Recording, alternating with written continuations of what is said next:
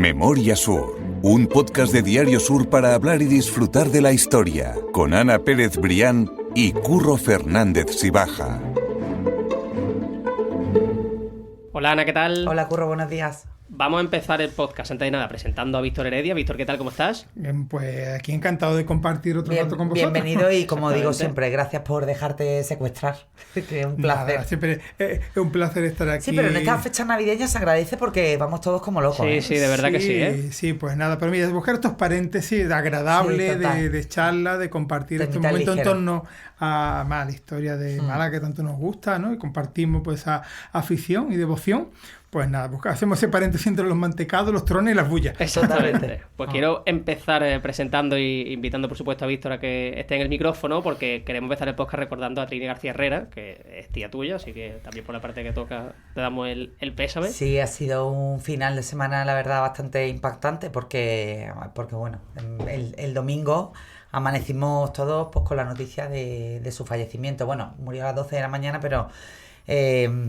pues yo creo que compartimos ese sentimiento, ¿no? De sorpresa, Llevaba una semana un poco más baja de salud de la cuenta.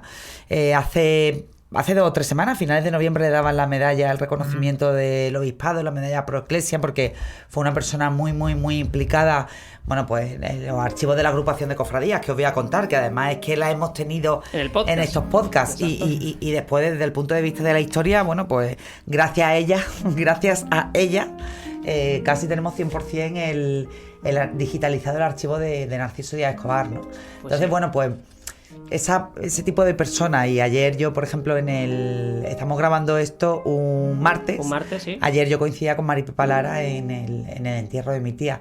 Y recordar a todas esas personas que hacen esa labor tan callada, tan oscura, tan discreta, para que nosotros podamos disfrutar de la historia, para que podamos escribirla, para que lo tengamos fácil a la hora de investigar. Yo es que me acuerdo que llamaba a mi tía y me decía, y yo le decía a tía Trini, digo, necesito esto, pero no tengo ni idea por dónde empezar, y me decía, vete al archivo o de Narciso Díaz Escobar, de Juan Temmuri, dice, métete en la pestaña tal, dice, ahí está. Y era increíble, era como la madre que tú dices, oye, no encuentro esto, y dice, busca al fondo del armario, y dice, no está, dice, busca al fondo del armario, y al final, pues así era ella. Entonces, bueno, pues yo particularmente, como friki de la historia, me encanta llamarme así, pero sobre todo como tía la voy a echar muchísimo de menos. Así que, bueno, pues besos al cielo. Es un recuerdo de mención más que merecida, porque bueno, la historia de Málaga, o la labor de las personas interesadas en la historia de Málaga de las últimas décadas, no se puede entender sin la dedicación de Trini García Herrera primero al archivo Díaz de Escobar,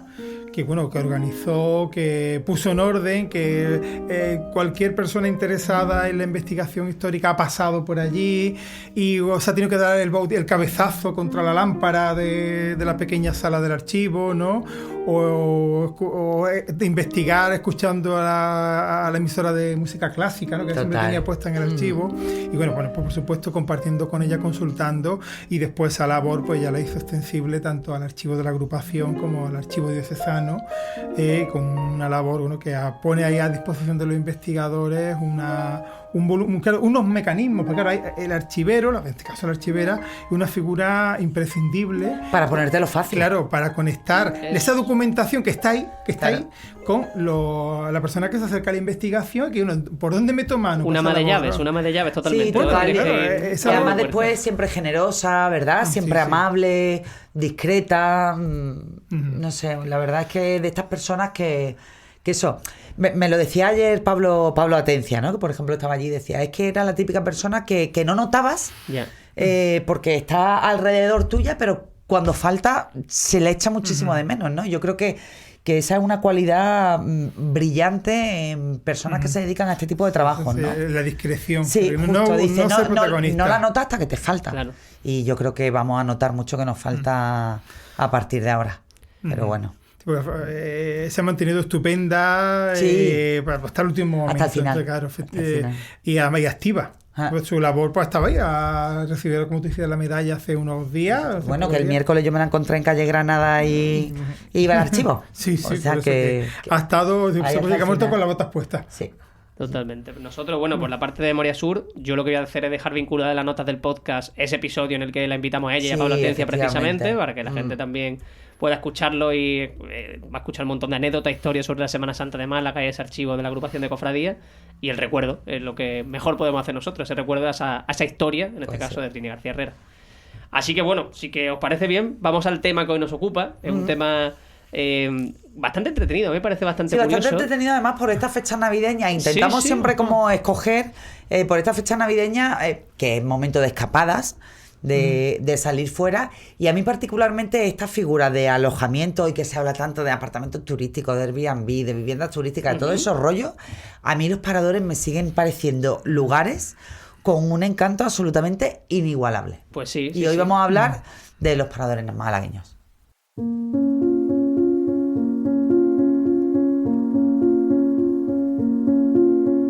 Y una de las cosas que yo no sabía, o más bien no me había parado a pensar, es que en Málaga tenemos hasta 5 paradores, que creo que es una cifra interesante para todo lo que tenemos en la provincia, ¿no, Víctor? Pues sí, la verdad es que la provincia de Málaga tiene una buena dotación, se puede decir, ¿no? de paradores, ¿no? Que es un tipo de alojamiento, que fijaros que toma el nombre de parador de lo que en el siglo XIX fue un tipo de posada vinculada a los viajes, a las diligencias, a las paradas de las diligencias, ¿no? Con lo cual nos remite un nombre con sabor añejo, que, bueno, remite a establecimientos de alojamientos populares, más bien, ¿no? De hecho, aquí tenemos en Málaga el centro, el parador de San Rafael, o había otro, el parador del General, que eran paradores en otro sentido, ¿no?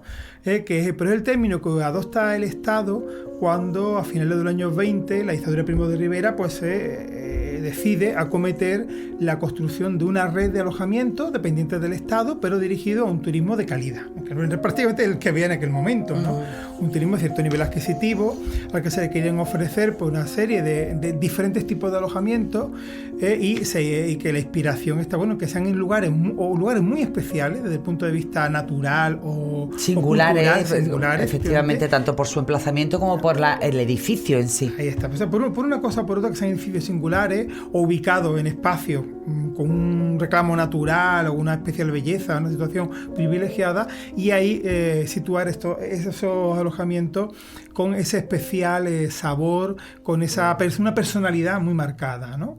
Originalmente había 4 tipos de alojamientos, que están los paradores propiamente dichos, las hosterías, que era realmente solo restauración, los refugios destinados a montaña, a caza, a la nieve, y luego también estaban los albergues de carretera. Y resulta que en Málaga hemos tenido de todo. Ha habido al menos un caso de cada uno de estos diferentes tipos de alojamiento, bueno, que ya desde hace tiempo están todos englobados bajo el término genérico ya de paradores.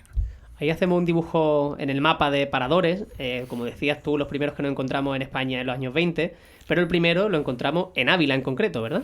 Ahí está, en la Sierra de Gredos se crea el primer parador nacional, creo que era el año 28, que es el año en que se crea el Patronato Nacional de Turismo. Entonces, claro, ya es cuando hay una estatalización, digamos, de la gestión del turismo, una conciencia de que el turismo puede ser una fuente de riqueza para el país, que ya se estaba trabajando en los años anteriores, pero ya se crea un organismo estatal que va a gestionar pues, los paradores. Además, el nacimiento de los paradores está muy vinculado a la primera red de carreteras española, y hay otro malagueño de adopción que juega un papel muy importante, que es el conde de Guadalhorce.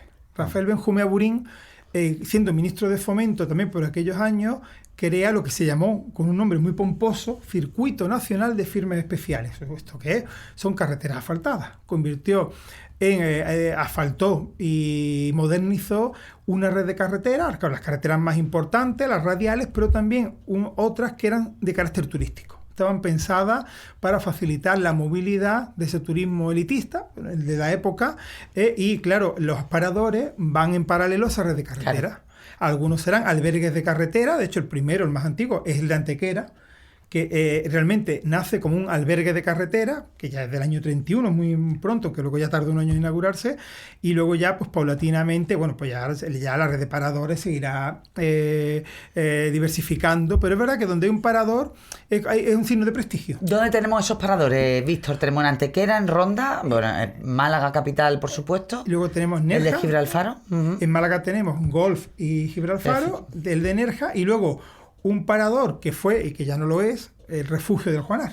Eso es. Que es delicioso. Hablaremos sobre ese tema porque sí. es interesante. Yo sí te quería preguntar por... Hemos dicho eso, que la gente tiene en la cabeza que eso, vamos a llamarlo hoteles públicos, por decirlo de algún modo, son los paradores, pero tú hablabas también de esa situación de los refugios, de los albergues y de la hostería, además del paradores. ¿Nos puede hacer un pequeño dibujito de dónde nos encontramos? Dices que hemos tenido todos los casos en Málaga. ¿Dónde lo hemos ido encontrando cada uno de esos casos en Málaga? Con un ejemplo de cada uno, por ejemplo. Bueno, podemos citar eso, pero como albergue de carretera inicialmente, el de Antequera, que es el más antiguo, que ya pues se plantea prácticamente en primer momento, ya en el año 31-32 está terminado, pero las circunstancias políticas detuvieron, luego llegó la guerra civil y hasta el año 40 no se termina de inaugurar. De hecho, parece que la obra, el proyecto inicial se paralizó porque se dijo que lo que estaba, claro, estaba pensado como una parada en el viaje, vinculado al automóvil. Y entonces, que estaba muy cerca de Málaga, ¿no? Que no daba lugar a hacer una jornada de viaje, pero bueno, finalmente se inauguró. Luego le siguieron la hostería de Gibralfaro, ¿no? Que tanto Gibralfaro como Campo de Golf nacen como hostería, es decir, como restaurantes. Primero, la hostería de Gibralfaro se inaugura como tal en 1948 y la del campo de golf en 1956. Y claro, existía el campo de golf previamente. Claro. Y curiosamente la del campo de golf la inauguró con un almuerzo el mismísimo Franco. Fue el que inauguró. Luego, inmediatamente se decidió que debían ser paradores con todas sus letras. Entonces ya se hicieron obras de ampliación y años después se inauguró tanto ya Gibralfaro como parador, como también el de golf, también fue en el 1963.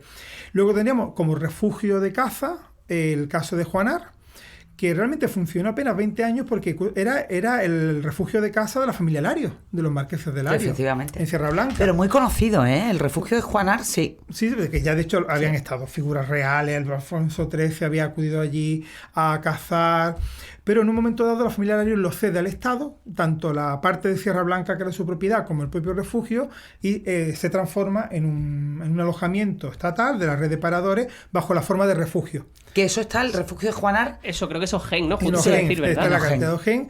Y bueno, estuvo funcionando, claro, se hizo mundialmente famoso, cuando Charles de Gaulle, que recorrió varios paradores españoles para escribir sus memorias después de retirarse de la presidencia de Francia y hizo una parada en Juanar, ¿no? Con lo cual ayudó a darle publicidad y aquello pues famoso que al parecer no se le cobró la estancia, pero a cambio dejó una propina de 50.000 pesetas. Que casi pagó la habitación. Claro, que en el año 70, 50.000 pesetas ya era un dinero, ya era una buena propina, sí. ¿no? Y luego, pero sin embargo, Juanar, el Estado en los años 80 decidió cerrarlo por falta de rentabilidad. En una de estas reorganizaciones de paradores decidió cerrarlo, con lo cual se ha mantenido abierto gracias a una cooperativa de trabajadores que lo mantuvo abierto, pero ya fuera, ya como un alojamiento de 3 independiente de la red de paradores. Pero lo fue durante, unos 20 años, entre mediados de los 60 y mediados de los 80.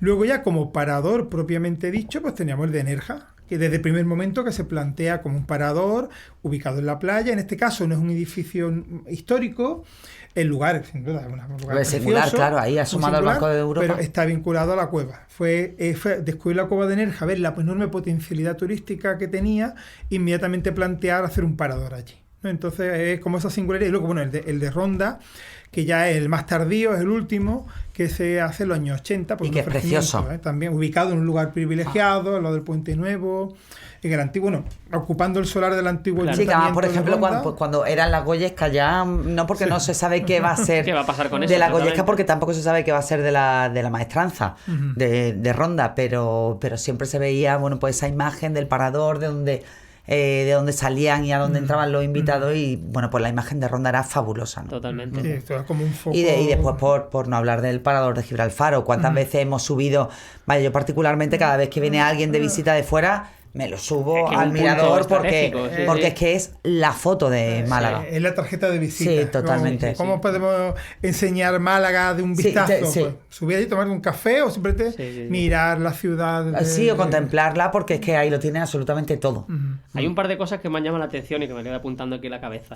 La primera es de cómo las familias adineradas del siglo XIX, en este caso hablamos de los Larios, cómo evitaban la costa, que siempre me llama la atención, para irse al interior, ya sea en esas fincas de Churriana, la zona de Guadalhorce, etcétera, o ahora incluso que se van hasta Jaén, o Carratraca, exactamente. Carratraca con Treidanuro. Me llama la atención, de verdad, porque Hombre, entiendo que es otra cultura la que tenemos a día de hoy. No, es que yo creo que, bueno, aparte de una cuestión cultural, era una cuestión cultural impuesta por la realidad de que el litoral era zona industrial.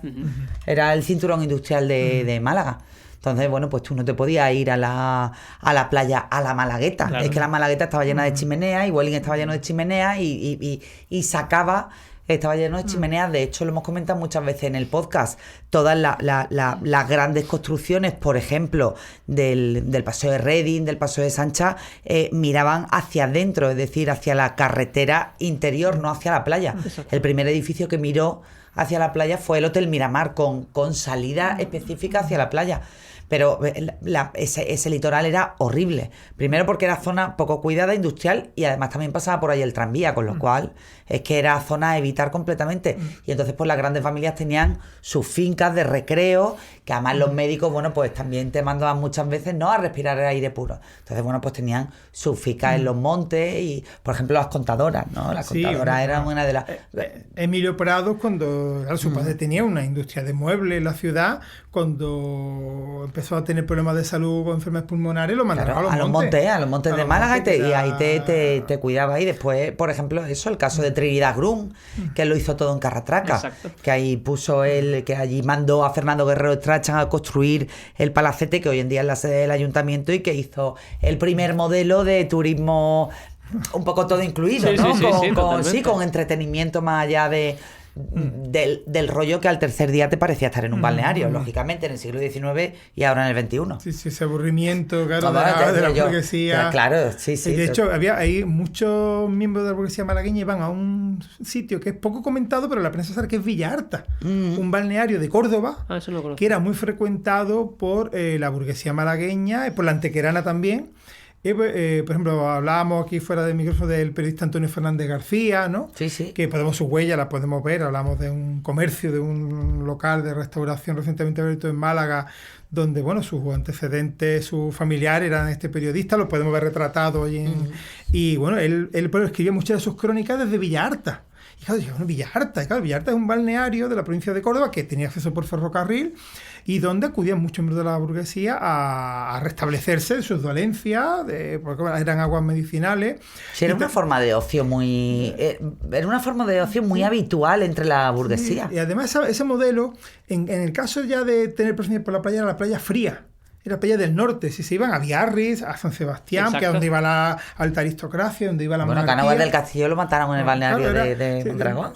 De ir a un sitio de playa era el norte, el Atlántico, ¿no? Y mira, tenemos a nuestra Pepita Durán, que muere en Arcachón, muere allí en un balneario de playa en Francia.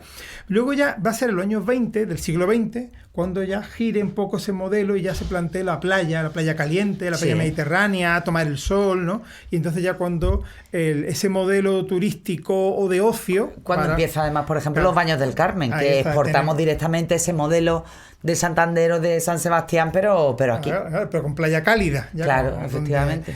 Pero por tanto, anteriormente, efectivamente, la playa no era un lugar para nada atractivo, al menos para la burguesía. Y más antiguamente, claro, era un lugar peligroso, con los piratas, claro. Un lugar a evitar más bien, que todo lo contrario de lo que ocurre ahora. Y el segundo punto que decía que me había apuntado era el tema de que estamos viendo que todos forman parte de una red, como tú decías, de carretera o de puntos de conexión. Pero en el caso de Gibralfaro, realmente no se accedía, entiéndeme, a ninguna parte. Por ahí no se salía de Málaga ni se entraba a Málaga. O sea, que me parece una excepción. En este caso, Gibralfaro se plantea primero como hostería, es decir, como restaurante. Además, una época muy mala, que estaba en 1940, la posguerra. De hecho, pues muchos prisioneros de guerra estaban ahí. Pero el ayuntamiento se había hecho unos años antes con el Castillo de Gibralfaro, que el año que viene se cumplirán 100 años desde que el Castillo de Gibralfaro es de la ciudad, es del ayuntamiento. Pertenece al ayuntamiento. Sí. Y entonces, justo en los momentos posteriores a la guerra, se realiza la repoblación forestal, hidrológico-forestal del monte Gibralfaro. Claro, cambia su aspecto. Si vemos la fotografía antigua, siempre pelado, vemos ya, pues, no había nada. Todo lo contrario, que ahora el castillo cuesta verlo, ¿no? Con la masa forestal tan densa que hay. Y la idea de construir una hostería parte de ese objetivo de convertir Gibralfaro en un centro turístico, un centro de atracción turística y dotarlo de un equipamiento que, claro, incorporaba como atractivo las vistas sobre la ciudad. Y de hecho ya la Sociedad Propagandista del Clima de Málaga ya hablaba de hacer lo que llamaba un paseo de altura, un paseo marítimo, y luego un paseo de altura por toda la colina, por todo Gibralfaro, Monte Sancha, que permitiera un paseo, que su oferta principal fuera unas vistas agradables sobre la bahía, sobre la ciudad. Entonces yo creo que eso recupera esa idea. Y todo conectado. Yo que salgo a pasear también mucho por esa zona, está todo muy bien conectado. Gibralfaro, después empieza a bajar, llega al cementerio inglés, entras por la Alcazaba, y la verdad es que es un paseo muy agradable. Pues yo creo que esa era la idea, y bueno, dotar a Málaga de un punto donde disfrutar de la ciudad. Insisto, con su inicio no fueron en un momento especialmente prometedor, ¿no?, desde el punto de vista turístico, pero bueno, se consolidó. Y además, en el caso de Gibralfaro, aunque luego ya se transformó en parador y se ha ampliado, más siempre con una arquitectura muy integrada, que evita hacer algo que llame mucho la atención en el monte, no como otras cosas que están, otros edificios que están muy cercanos, ¿no? Precisamente una de las particularidades es que se ha integrado en la ciudad, en el sentido de que para los malagueños, como comentaba antes Ana, Gibralfaro es parte de un lugar donde ir, donde llevar a los visitantes. Donde enseñar, exactamente. Claro, sí, es como tú cuando estás enseñando tu casa, empiezas por la parte más bonita, ¿no? Por el salón. Y yo creo que al menos yo funciono así, y creo que mucha gente funciona así, cuando gente que no conoce Málaga viene a Málaga, empiezas por la parte más bonita. Y esa parte tan bonita, yo creo que indudablemente es Gibralfaro, porque además te permite ver absolutamente todo. Y tú dices, bueno, pues ya después seguimos por el Palmeral, por el Muelle 1. También yo creo que ha cambiado, de 20 años a esta parte, ha cambiado mucho la manera de enseñar Málaga a la gente que viene de fuera, ¿no? Yo particularmente, antes empezaba por unos sitios que ahora es Gibralfaro y Palmeral y Muelle 1, que les vuelve locos, ¿no? Yo empezaría por otros sitios, pero no vamos a empezar ahí por la drogadura, por ejemplo, de los cementerios. Yo a lo mejor los quiero meter en los cementerios y me dice que estoy loca. Eso es verdad, eso hay que administrarlo, porque bueno, no todo el mundo está apto adora tanto los cementerios como nosotros. Muy cafeteros, sí. Es un turismo de memoria que sobre todo en el extranjero está muy extendido, que no solamente son los cementerios, lugares de batalla. Sí, efectivamente. Todo eso en los eventos turísticos hay un lugar para el turismo de memoria. Sí, y hay que decir que Málaga está haciendo un esfuerzo, tanto en San Miguel como en el cementerio inglés, que son los dos cementerios históricos de la capital. Se está haciendo un esfuerzo y poco a poco la gente está integrando en su ruta de ocio. O sea, es que ni siquiera es una ruta de la memoria, la ruta de ocio está incorporando... Se está perdiendo el miedo. Sí, se está perdiendo el yuyu. Eso, efectivamente. Que el yuyu andaluz con respecto a la muerte y los cementerios, eso es... Histórico. Sí, histórico. Y eso es algo muy complicado. Es muy complicado. Sí, eso es totalmente. muy complicado de echar por tierra. Pero es un cambio cultural que se está produciendo. Sí, por lo menos vincularlo con algo de ocio. Por ejemplo, ir al cementerio inglés al mercadillo, al mercadillo navideño. O como el año pasado cuando teníamos por las noches del inglés, ¿no? Pues se llenaba todo de vela y era verano, había un food truck que era agradable, ¿no? Escuchar el tributo a los Beatles y te estaba tomando una cerveza al lado de la tumba de, no sé, de Annie, ¿no? Entonces era muy curioso.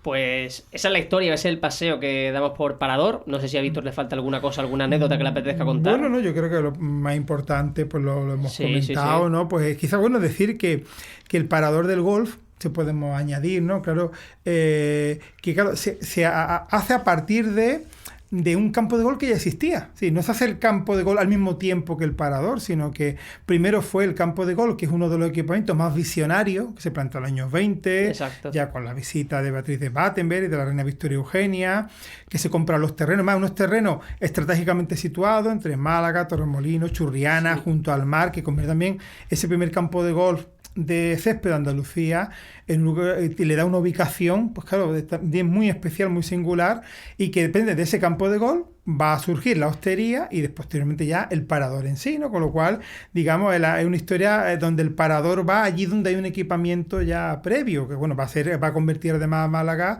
yo creo que una de las pocas ciudades que tiene 2 paradores dentro de su término municipal, que no es muy habitual. Sí, me ha llamado la atención, de hecho, porque creo, si no recuerdo mal, que tú comentas que precisamente en ese momento era el parador de Torremolinos, ¿no? O sea, que inicialmente no estaba en Málaga o no se entendía como Málaga. Bueno, claro, era el término municipal de Málaga, pero claro, la cercanía de Torremolinos hacía que, claro, el nombre de Torremolinos es el que adquiere fama internacional y lo cubre todo. Los hoteles de Almádena se anunciaban como que estaban en Torremolinos y ya prácticamente cualquier equipamiento que hubiera en el entorno, era un paraguas, ya acababa englobado dentro de Torremolinos, ¿no? Y por anécdota, bueno, quiero recordar, y no, a lo mejor me traiciona la memoria, que en torno al parador de Antequera, ahí fue donde se recuperó Carlos Cano. Recordar que cuando tuvo un problema de salud hace muchos años, no sé, fue una operación, pues él se refugió en el, igual que De Gaulle lo había hecho en el del Juanar, pues él se refugió en el parador de Antequera y bueno, pues eso también en su momento pues le dio pues una cierta publicidad, vamos a decirlo así, ¿no? Que también es un parador que está en un lugar histórico, bueno, no que está en un edificio histórico, pero que bueno, es que sin duda pues Antequera tiene una monumentalidad más que suficiente para justificar ese parador que originalmente fue un albergue de carretera. Totalmente, pues seguro que si hablásemos además con los propios trabajadores o con encargados de paradores Málaga tendrían 1000 anécdotas, 1000 historias de la gente que se ha quedado por allí, pero yo creo que hemos dado un buen paseo para contar esa historia. Sí, fenomenal. La verdad. Bueno, una toma de contacto. Exactamente, ni mucho menos, está muy bien, de verdad. Que Víctor, que 1000 gracias, de corazón. Muchas gracias, como siempre, por venir aquí a Memoria Sur. Siempre un placer. Ahora nosotros nos vamos a poner ahora albornoz, los zapatillas, y nos vamos a ir mira, no te creas que plan, ¿no? Mataría, mataría. Bueno, pues quedará pendiente. 1000 gracias, Ana. A ti siempre, Curro. Memoria Sur es un podcast de Diario Sur. Escucha un nuevo episodio cada semana en iVoox, Spotify, Apple Podcasts y consulta las referencias de este episodio en diariosur.es.